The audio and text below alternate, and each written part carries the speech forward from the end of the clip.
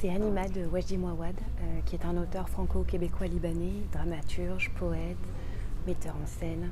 Anima, c'est un roman noir qui narre la quête d'un homme à travers les États-Unis pour retrouver le meurtrier de sa femme.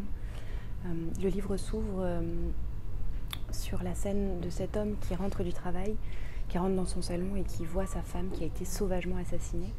Il va être tétanisé, il va aller à l'hôpital et il va s'en suivre cette quête.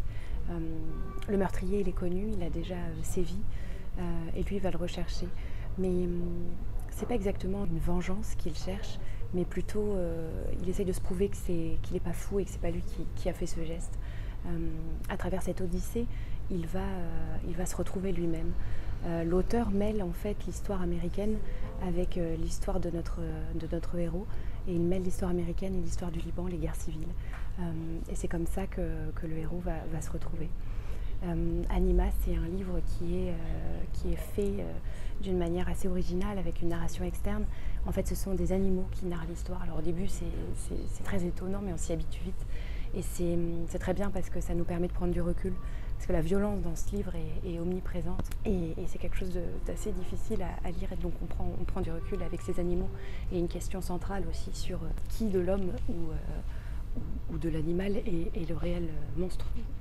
C'est un ouvrage qui a été énormément porté par les libraires, par les lecteurs, les clients. Il a été beaucoup découvert. Et en ça, il est devenu un incontournable de la littérature et du catalogue Babel.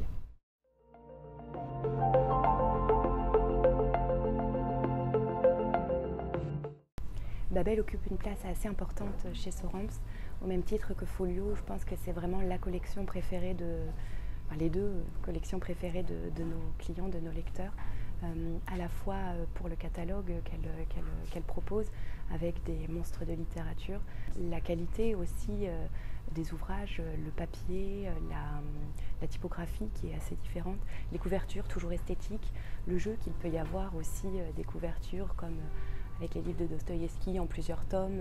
Je pense à L'Idiot ou à Crime et Châtiment en 2 volumes. Lorsqu'on les met côte à côte, il y a un côté un peu collection, comme ça que tout le monde connaît, qui rappelle un peu aussi la Pléiade. Donc il y a ce côté amélioratif. Il y a aussi la traduction qui fait forcément foi avec Babel, notamment celle du russe avec Markovitch, mais aussi de l'espagnol et en règle générale des traductions.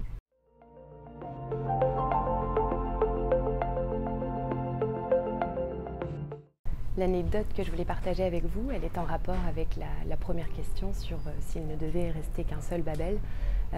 Lorsque je suis arrivée chez Soramps en stage, j'ai demandé à mon collègue Yann s'il pouvait me conseiller un livre qui ressemble à Anima. On s'est retrouvés sur ce livre parce qu'on l'a beaucoup aimé, mais depuis 8 ans on cherche toujours, alors je lance un appel à tous les libraires de France. Est-ce qu'il y a un livre qui ressemble à Anima ?